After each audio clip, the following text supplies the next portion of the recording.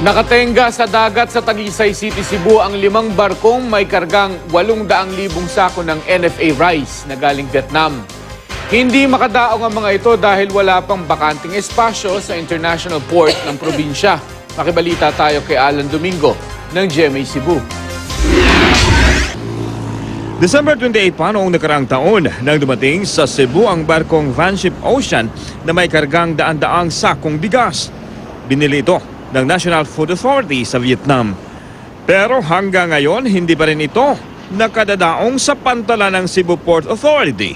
Nananatili itong nakalutang sa dagat sa bahagi ng Talisay City. Isa lang ang Vanship Ocean sa 5 foreign vessels na naghihintay pa ring makadaong. Ang 4 na iba pa, galing ding Vietnam.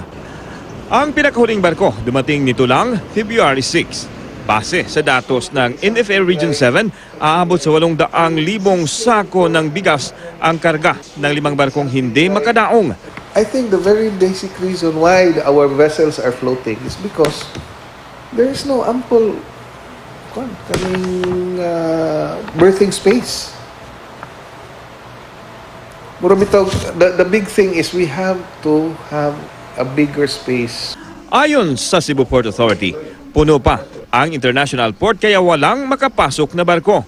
May bakante sanang lokal na daungan pero ayaw itong gamitin ng NFA dahil sa mga kaso roon ng pagnanakaw sa mga karga ng mga barko. We have provided Pier 2 available for docking, but NFA, they said, refused because of some pilferage.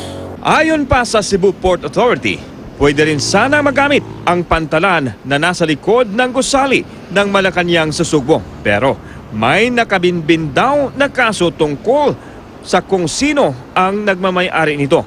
Tiniyak naman ng NFA na gumagawa na sila ng paraan para makadaong ang mga barko sa lalong madaling panahon. Sa ngayon, wala pa naman daw itong epekto sa supply ng bigas sa Visayas. Alan Domingo, Nagbabalita, Pilipinas.